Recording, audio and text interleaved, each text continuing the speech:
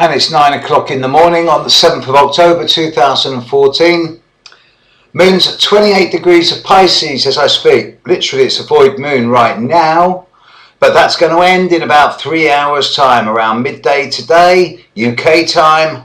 The moon moves into Aries. The actual time of the ingress is actually 6 minutes past 11 actually, UK time.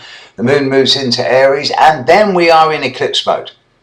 The eclipse is 24 hours away and I've got a chart of the sky in front of me right now and I'm thinking, well, here we are. It's going to happen in the next 24 hours. There's no sign as yet of any of the death, doom, disaster, chaos that's been predicted by myself amongst others.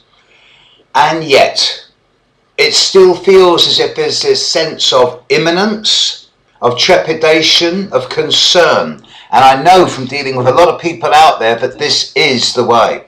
I also know, incidentally, that Ceres and Saturn have been having a nice little congress over the last 4 or 5 days. And I found it mildly amusing that 4 or 5 separate clients in the last few days have been going, yeah, I've got to take my mum out to dinner. I've got to look after my mum. And it's almost like the duty of maternal care with Saturn on top of Ceres. That's just an aside to the big deal. The moon will hit middle of Aries tomorrow. It will pass on Uranus and then it will go straight into eclipse. Or, yes, it will.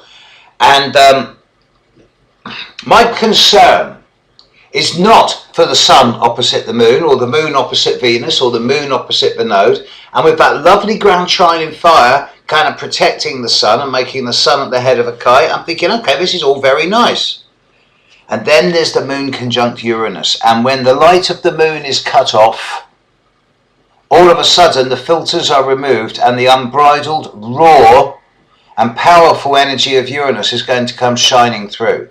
Uranus is most noted in astrology for being the planet of change, whether that change is about disruption, chaos, disorder and sudden and dramatic events that pull the rug from underneath one's feet, and whether that change can be stimulating, innovative, novel, new, exciting and adventurous with words like independence, freedom and liberty. With Uranus acting wild in Aries, the sign of individuality, it wouldn't surprise me if there's 1 or 2 wild cats out there in the next 36 hours are going to have some type of breakdown, stroke breakthrough, and take it upon themselves to do some type of silly individual action. And I also suspect that rationality and logic is going by the board over the coming 48 hours. Despite the fact that there's nothing kicking in the world of beyond major works that are already ongoing, I still feel that the next 24 to 48 hours hold in them the capacity for something out of the blue which could change the game plan big time. I sincerely hope that Hong Kong doesn't kick off in the next 48 hours and something's coming. I can feel it in my water. The beautiful thing is I'm an astrologer. If nothing happens, only a few of you will remember, and if something does happen, everyone will remember. That's not why I'm doing it. I'm doing it because I care, and because I can do it, and because it's advancing the understanding of astrology into the 21st century. And that's something that's worth all of the ridicule I'll get if and when, and hopefully nothing happens. We shall see. The next 48 hours, it's not normal. Okay, it's not orthodox. And we've jumped off the diving board, we've done all the twists and turns. We're now heading like an arrow for insertion into the water, and there can be no ripples. It's got to be precise to maximise the best out of this. So, over the coming 48 hours, world, don't lose it. Don't get angry. Don't let your buttons get pushed.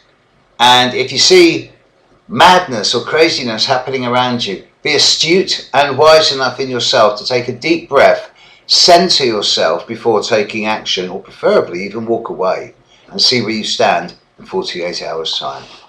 Catch you later before the eclipse. Bye.